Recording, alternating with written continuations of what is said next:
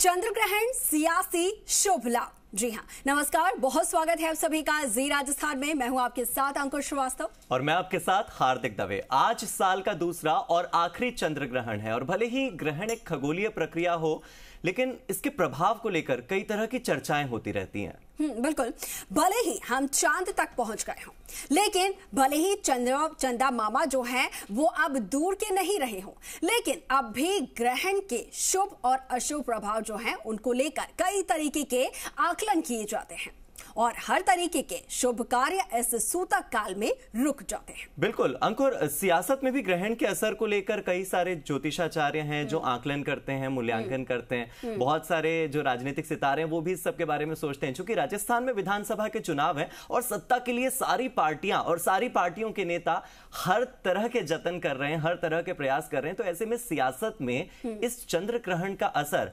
किसके लिए शुभ होगा और किसके लिए अशुभ होगा, ये जानना भी जरूरी है। बिल्कुल बिल्कुल, किसके लिए शुभ होगा किसके लिए अशुभ होगा ये हम जानेंगे। और राजनीति पर चंद्र ग्रहण का क्या असर होगा ये भी आज हम हार्दिक जानने वाले हैं। क्या राहु केतु और शनि वो सत्ता पाने में उनकी मुश्किलें बढ़ा सकते हैं? चंद्र ग्रहण से किसकी बनेगी और किसकी बिगड़ेगी, ये बात भी आज हम करने वाले हैं। बिल्कुल, क्या प्रदेश की राजनीति में आएगा तूफान या फिर होगी राजनीतिक उथल पुथल तेज, ये देखना होगा। बिल्कुल, या फिर राजनीतिक दिग्गजों पर ग्रहण का क्या असर होगा, ये आज हम आपको बताएंगे। और ये बताने के लिए हमारे साथ कुछ खास मेहमान जुड़ रहे हैं।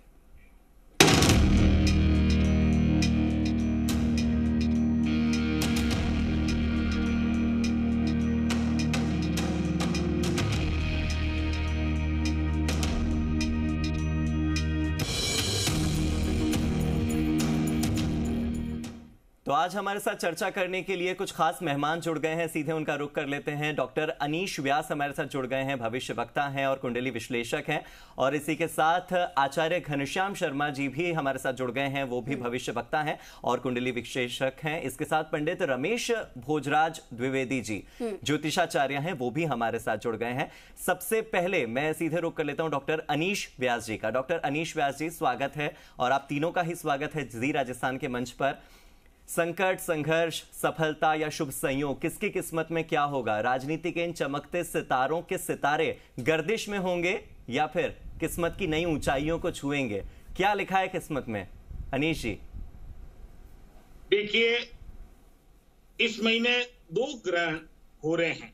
एक 14 अक्टूबर को सूर्य ग्रहण हुआ था और आज चंद्र ग्रहण है। धर्म सिंधु के अनुसार अगर एक महीने में या 15 दिन में 2 ग्रहण होते हैं तो ये सभी के लिए खराब होते हैं। पिछली बार 2 ग्रहण हुए थे तो आप देखें मोरबी का जो हादसा हुआ था वो बहुत बड़ा हुआ था जी। और आज जो चंद्र ग्रहण है ये अश्विनी नक्षत्र और मेष राशि में हो रहा है। तो हम अगर राजनीति की बात करें या सत्ता की बात करें या राजनेताओं की बात करें और राजस्थान में चुनाव की बात करें तो वास्तव में ये ग्रहण राजनीति में उठापटक, यानी जो एक दूसरे पर छीटाकशी या एक दूसरे पर आरोप प्रत्यारोप का दौर जारी रखेगा। और इस बार कुछ नेताओं के राजनीतिक कैरियर का अंतिम साल होगा, यानी कि अंतिम चुनाव होगा और कुछ राजनेताओं को करारी हार का सामना करना पड़ेगा। यानी कि इस बार राजस्थान के जो चुनाव हो रहे हैं उसमें अप्रत्याशित परिणाम देखने को मिलेंगे। और सबसे बड़ी बात यह है कि ये 14 अक्टूबर को सूर्य ग्रहण हुआ है और आज जो चंद्र ग्रहण हुआ है ये सभी के लिए भारी होगा और विश्व स्तर पर जो राजनीतिक का है हस्तक्षेप उसमें और ज्यादा बढ़ोतरी होगी।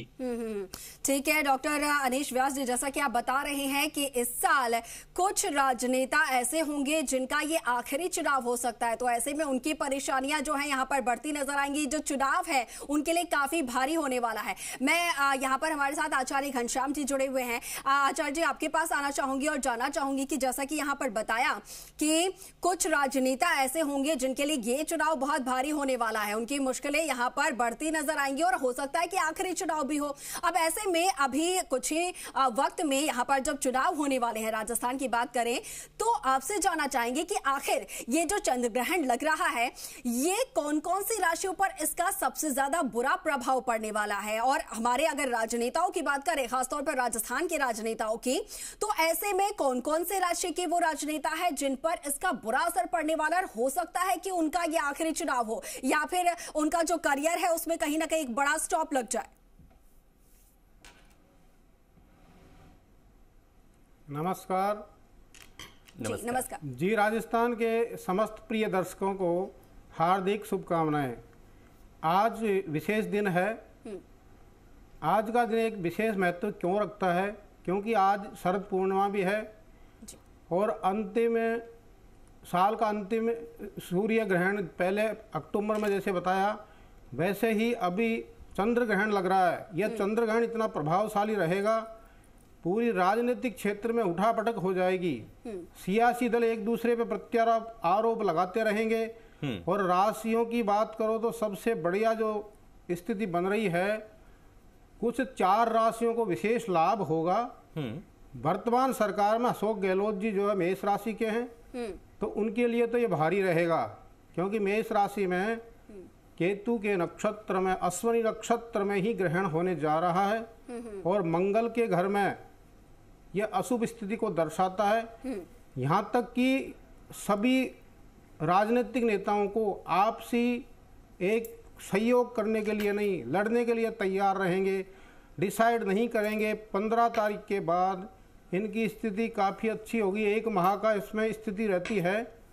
तो 25 नवंबर को जो होने वाले चुनाव है उसमें सभी राजनीतिक नेता एक दूसरे के प्रति आरोप प्रत्यारोप करेंगे। राशियों की बात करें तो सबसे पहले मिथुन राशि के लिए सबसे बढ़िया है। कर्क राशि, वृश्चिक राशि, कुंभ राशि, इनके लिए आर्थिक लाभ होगा, उन्नति होगी। तीनों राशियों को बहुत विशेष लाभ होगा। इनमें वृश्चिक राशि भी अच्छी मानी गई है क्योंकि इनके मंगल स्वामी है, मंगल पराक्रम को बढ़ाएगा जी। सब कुछ अनुकूलता आएगी। लेकिन ग्रहण जब एक ही बार में 1 माह में 2 हो जाते हैं, तो चंद्र ग्रहण हो या सूर्य ग्रहण हो, उसमें स्थिति भयानक हो जाती है और उठापटक होती है। दोनों ही पार्टी के लिए ये ग्रहण भारी रहेगा। अभी डिसाइड नहीं कर पाएंगे कि कौन किसको सीएम की दावेदार बनाया जाए, क्योंकि इस समय इनको 15 दिन तक बहुत भारी रहने वाला है। इसके बाद में स्पष्ट स्थिति आएगी। ठीक है। जिन राशि के लिए चंद्रमा खराब है, राहु खराब है, उसको ये करना चाहिए मंत्र का जाप, दान और भजन। आज ग्रहण रात्रि को 1:05 पे शुरू होकर के 2:22 तक रहेगा।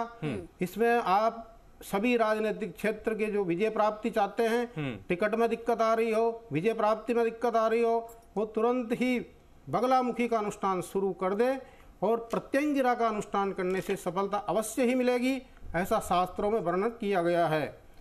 चंद्र ग्रहण का प्रभाव राजनीतिक क्षेत्र के अलावा पूरी जनता त्रस्त हो जाएगी। पूरे वर्ल्ड में हाहाकार मचने की संभावना बनी हुई है। दूसरा, ये जो ग्रहण है संपूर्ण लगभग ब्रह्मांड में ही है।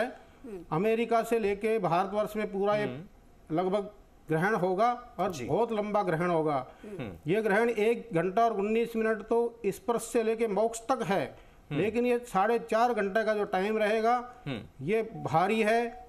इसमें कई चीजें ऐसी वर्जित है जिसको नहीं खाना चाहिए। अन्न का त्याग तो बिल्कुल कर देनी चाहिए।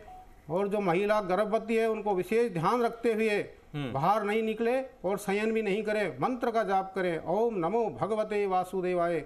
इस मंत्र का, द्वादशाक्षर मंत्र का जाप करने से समस्त बाधाएं दूर होती है। और राजनीतिक क्षेत्र वालों को बगलामुखी का अनुष्ठान करते हुए आगे बढ़े। 15 दिन में स्पष्ट स्थिति आने के बाद राजस्थान में अच्छी सरकार आएगी, ये पक्की गारंटी है। चलिए, बहुत अच्छी बात है आपने जो बताया। हालांकि बहुत सारी बातें सुनकर डर भी लग रहा है। तो पंडित रमेश भोजराज द्विवेदी जी मेरे साथ जुड़े हुए हैं, वो खुद एक ज्योतिषाचार्य हैं, उनसे भी हम संपर्क करेंगे। और साथ ही पुरुषोत्तम गौड़ जी भी हमारे साथ जुड़ गए हैं, वो भी ज्योतिषाचार्य हैं और रोजाना हमारे साथ वो भविष्य फल पर चर्चा करते हैं सुबह 7:30 बजे। तो पहले मैं रुक कर लेता हूं पंडित रमेश भोजराज द्विवेदी जी का। रमेश जी, आप ये बताइए कि जैसे अशोक गहलोत के लिए उन्होंने बताया कि मेष राशि वालों के लिए इस बार चंद्र ग्रहण बहुत अच्छा नहीं होने वाला है, और जिस तरह की चीजें वो बता रहे थे ऐसा लग रहा था कि ये तो बड़ी डरने वाली बात है। अब आप ये थोड़ा सा भय कम कर दीजिए, थोड़ा डर कम कर दीजिए, क्योंकि हमारे दर्शक भी बहुत सारे हैं जो मेष राशि वाले हैं। क्या सावधानी बरतें और किन किन चीजों से सावधानी बरतें कि ये चंद्र ग्रहण हम पर उतना असर न करे?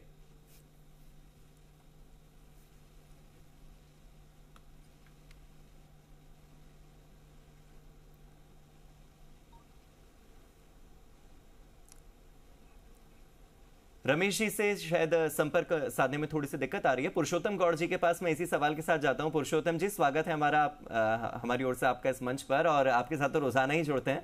चंद्र ग्रहण को लेकर आज बातचीत कर रहे हैं। चंद्र ग्रहण का असर, अभी मैं बात कर रहा था इससे पहले घनश्याम शर्मा जी से, तो उन्होंने बताया कि बड़ा ही व्यापक असर देखने को मिलने वाला है, और बातें सुनकर ना थोड़ा सा डर लगा कि मेष राशि वालों के लिए बड़ा खतरनाक होगा ये चंद्र ग्रहण। लेकिन ये खतरा कम कैसे करें, ऐसा क्या करें कि थोड़ा असर कम हो, किन किन चीजों से सावधानी बरतें? अशोक गहलोत भी मेष राशि वाले हैं, तो थोड़ा सा वो भी सावधानी बरतेंगे अगर सुन रहे होंगे हमें तो।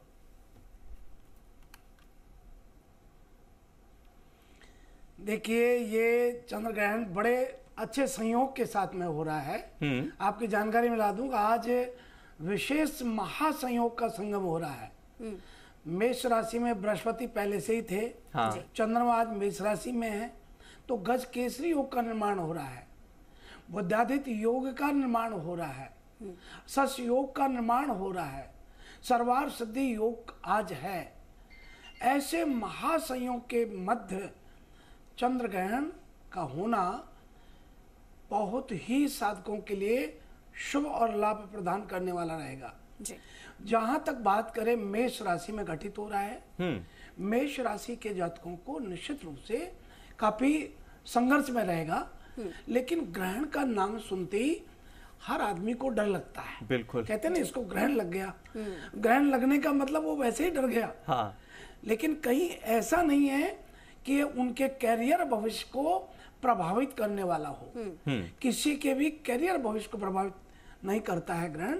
ग्रहण केवल एक अवधि तक उसका प्रभाव छोड़ता है। दरअसल में चंद्र ग्रहण है क्या? ये खगोलीय घटना है, और जब चंद्रमा पृथ्वी के बहुत नजदीक आ जाता है तब ये चंद्र ग्रहण का योग बनता है। जी।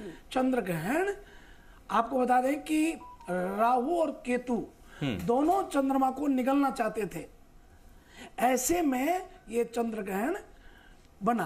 तो चंद्र ग्रहण की हम जो बात कर रहे हैं, इसमें विशेष तौर पर जिन लोगों को यहाँ वृषभ, मिथुन, सिंह, तुला आदि राशि जातकों को तो बहुत लाभ होने वाला है।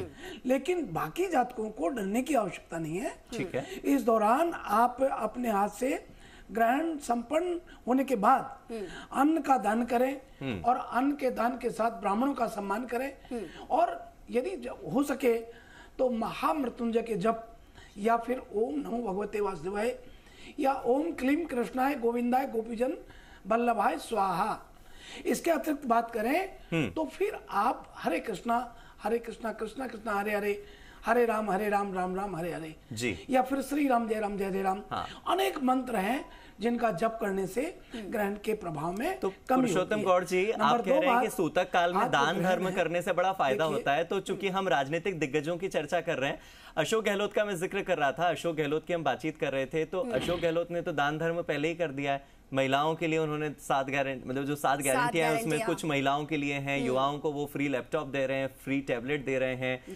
10,000 रुपए महिलाओं को देंगे ही। इसके अलावा गोबर के भी 2 रुपए प्रति किलो से वो खरीद करने वाले हैं। तो ये जो दान है, इसका फायदा उन्हें आजकल में मिलेगा या नहीं मिलेगा?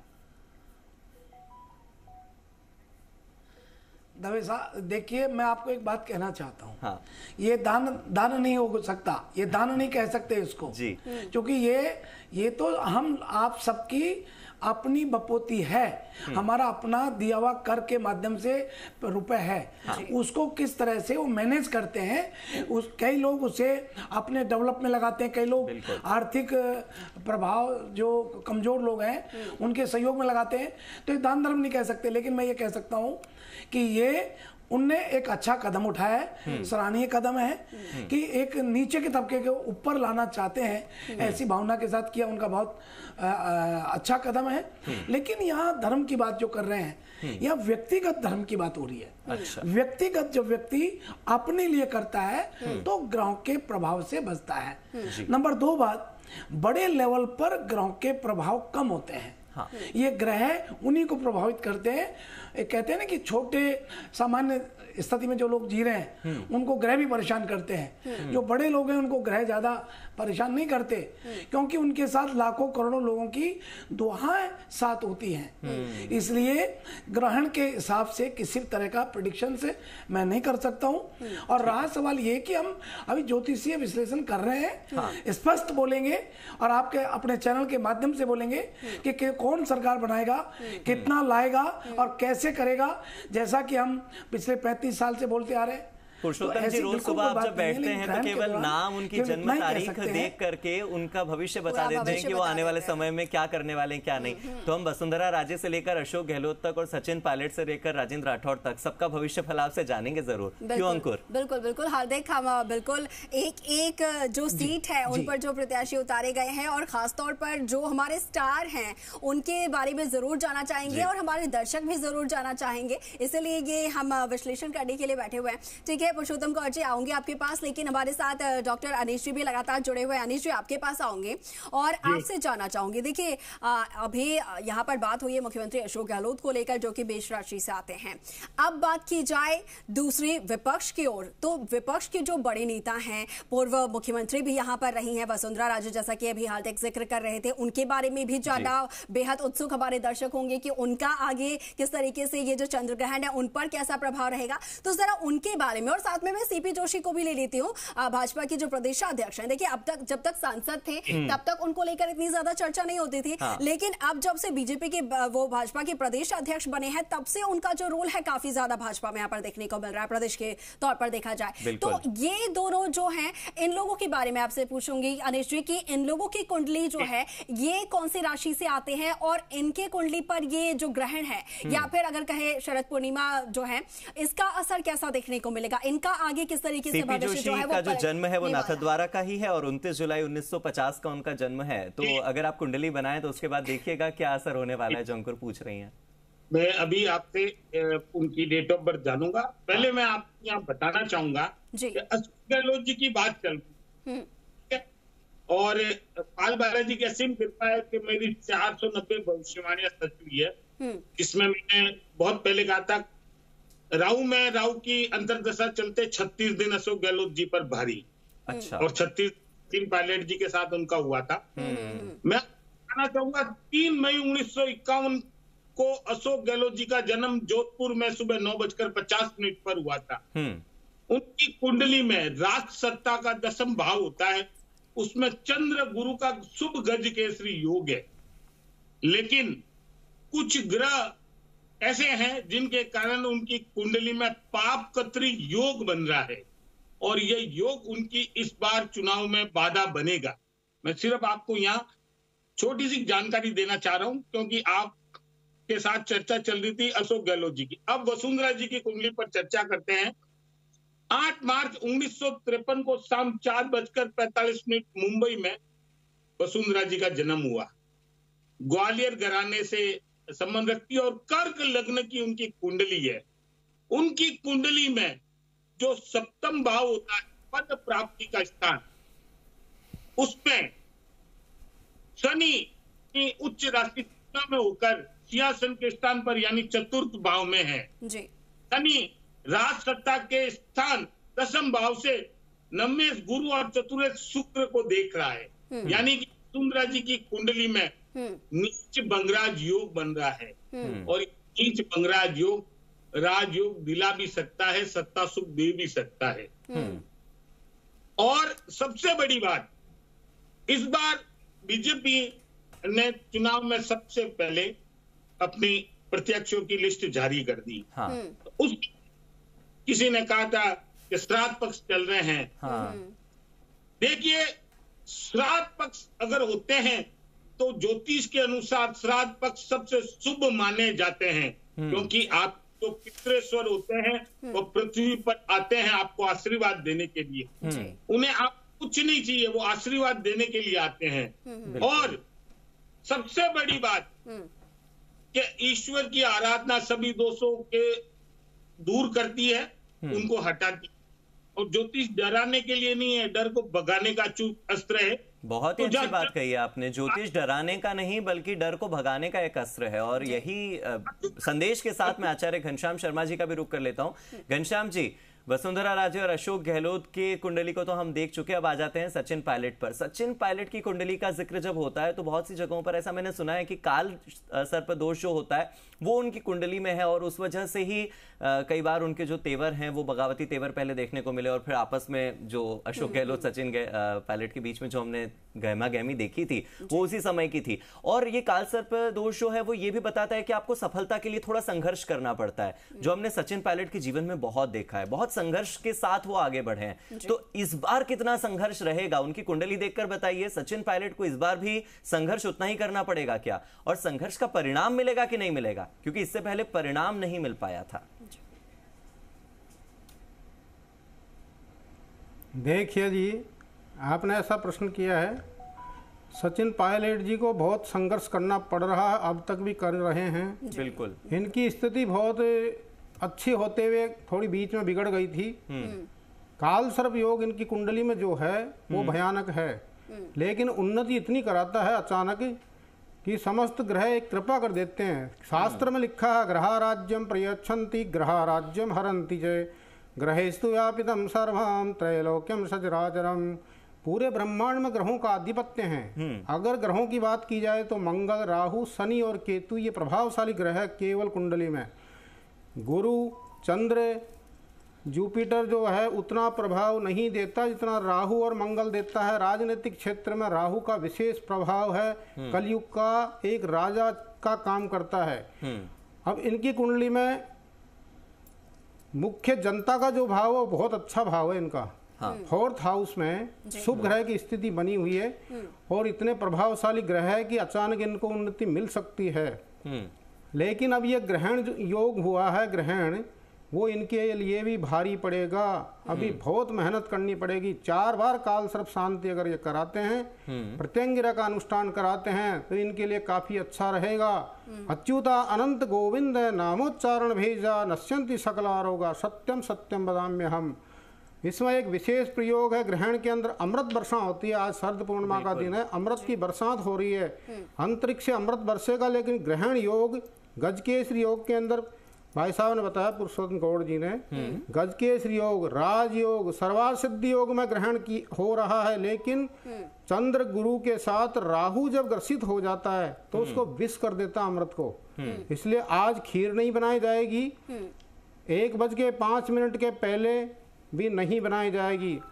4:05 के पहले खीर बना करके आप ऊपर नहीं रख सकते। 2:24 के बाद आप ऊपर रख करके उसका आनंद लीजिए, प्रसाद बांटिए, निश्चित रूपेण स्वास्थ्य में लाभ होगा।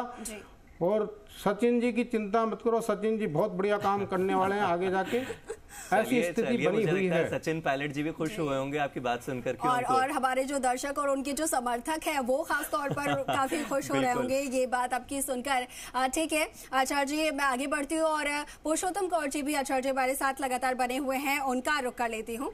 आचार्य जी, आपसे मैं जानना चाहूंगी, देखिए सचिन पायलट की बात हुई, मुख्यमंत्री अशोक गहलोत की, वसुंधरा राजे की भी बात हो चुकी है, लेकिन दूसरी तरफ अगर हम विपक्ष में आप देखें तो जब वसुंधरा राजे के खिलाफ थोड़ी सी नाराजगी देखने को मिली पिछले कुछ दिनों में, और जो आला कमान है उनके साथ भी कहीं ना कहीं कहा गया कि वसुंधरा राजे उनके समर्थकों को साइड किया जा रहा है, साइडलाइन किया जा रहा है, ये आरोप लगे। अब ऐसे में बीजेपी की तरफ से हाल तक काफी दिनों से देखने को मिला कि किरोड़ी लाल मीणा जो है वो काफी यहाँ पर एक्टिव नजर आए, सक्रिय नजर आए हैं। तो किरोड़ी लाल मीणा का आचार्य जी मैं आपसे जानना चाहूंगी कि इनका भविष्य आगे राजस्थान में कैसा नजर आ रहा है? क्या इन्हें आगे कोई बड़ी जिम्मेदारी मिल सकती है? जिस तरीके से लगातार एक्टिव रहे हैं पिछले कुछ सालों में, काफी इन्होंने आंदोलन किए, युवाओं की बात की जाए, महिलाओं की बात भी कर दिया जाए अंकुर, तो अब सांसदी से सीधे विधायकी में कदम रखने जा रहे हैं, तो ये कैसा कदम होगा उनके लिए? चंद्र ग्रहण का उस पर कुछ असर अगर हो तो वो भी बताइए, और उनका अगर आप थोड़ा आकलन करके बता सकते हैं कि उनकी कुंडली क्या कह रही है, सांसदी से विधायकी ज्यादा लाभदायक होगी या नहीं होगी? देखिए, आपका प्रश्न बहुत ही सम्माननीय है, बहुत अच्छा लगा जी। करोड़ीलाल जी बहुत ही ओजस्वी, तेजस्वी, वर्चस्वी व्यक्तित्व के धनी हैं, इसमें कोई संदेह नहीं। उनकी जन्मपत्री एक बार देखने को मुझे मौका मिला था और उनका राजेश का मूल मालिक मूल त्रिकोण में जाकर के स्वक्षेत्री होकर के भागेश में 2 पापग्रहों के साथ स्थित था। जो कि मैं ये स्पष्ट करना चाहता हूँ, वो व्यक्ति बहुत ही मेहनत से सब चीज प्राप्त करता आया है और अपने जीवन में व्यक्तिगत निर्माण के लिए निरंतर संघर्ष करने के पश्चात ही सफलता की सीढ़ियों पर चढ़ पाता है। इसलिए मैं समझता हूँ कि प्रत्येक व्यक्ति को जैसे कण कण को जोड़ करके मकान भवन बना दिया जाता है, ऐसे ही प्रतिदिन मेहनत करने के बाद वो मुकाम पर चढ़ पाता है, चाहे वो राजनीति हो, चाहे आपका मीडिया क्षेत्र हो, चाहे वो एस्ट्रोलॉजी हो, चाहे कोई अन्य क्षेत्र हो। बिना मेहनत के कोई चीज मिलती नहीं है। हाँ, और रहा सवाल है कि कई लोग मेहनत को दिखाते हैं, कई लोग मेहनत करते हैं पर दिखाते नहीं है। तो मेहनत उनकी निश्चित रूप से सराहनीय है, लेकिन ये बात सही है कि उनको सफलता हर प्रकार से मिलने की स्थिति मेहनत से ही प्राप्त होगी। चलिए, उनके समर्थक भी खुश हो गए होंगे पुरुषोत्तम जी फिर तो। और निश्चित रूप से एक अच्छा जी। अच्छा जी, निश्चित ऐसा कुंडली में खुश करने के लिए नहीं कह रहा हूँ। हाँ। ज्योतिष दरअसल में खुश करने के लिए होता ही नहीं है। ज्योतिष तो यथार्थ को, वस्तु स्थिति को अवगत कराने के लिए होता है। बिल्कुल। चाहे वो भले ही नाराज हो, राजी हो, हम यूं ऐसे बोलेंगे तो फिर वो ज्योतिष थोड़े दिन में फ्लॉप हो जाता है। पुरुषोत्तम जी, बहुत जरूरी बात आपने कही थी कि जो बड़े लोग होते हैं उनके समर्थक बहुत होते हैं, उनके लिए प्रार्थना करने वाले लोग बहुत होते हैं। तो ऐसे में अगर किसी की कुंडली में कोई दोष हो जिसका निवारण हो सकता हो तो आप इसी मंच से बता दीजिएगा, क्योंकि बहुत सारे समर्थक इस वक्त जुड़े हुए हैं, जी राजस्थान देख रहे हैं। क्या पता सचिन पायलट, अशोक गहलोत, वसुंधरा राजे या किरोड़ीलाल मीणा खुद अपने लिए कुछ कर पाए न कर पाए, उनके समर्थक करने लग जाएंगे पूजा अर्चना। तो इसी बहाने बताते रहिएगा कुंडली में क्या है। अच्छा, अब हनुमान बेनीवाल का जिक्र कर लेते हैं, क्योंकि कल ही अपना नाम उन्होंने घोषित किया एलएलपी में, खींवसर सीट से इस बार वो भी आ रहे हैं। तो हनुमान बेनीवाल के बारे में मैं आपसे जानना चाह रहा था कि इस बार उनके सितारे क्या कहते हैं, क्योंकि नया उनका भी नाम सामने आया है। इससे पहले 3 बार चुनाव लड़ चुके हैं, ये 4थी बार होगा जब वो चुनाव लड़ेंगे विधानसभा का। तो क्या लगता है कि इस बार उनके सितारे बुलंद हैं कि नहीं है? अगर आप चाहें तो मैं उनका जन्म के बारे में जो डिटेल्स है वो आपको दे सकता हूं। उनका जो जन्म स्थान है वो नागौर है, और इसके अलावा हनुमान बेनीवाल की जो जन्म तिथि है वो 2 मार्च 1972 है। तो कौन सा भाव मजबूत होगा उनका, कुछ बता सकते हैं क्या?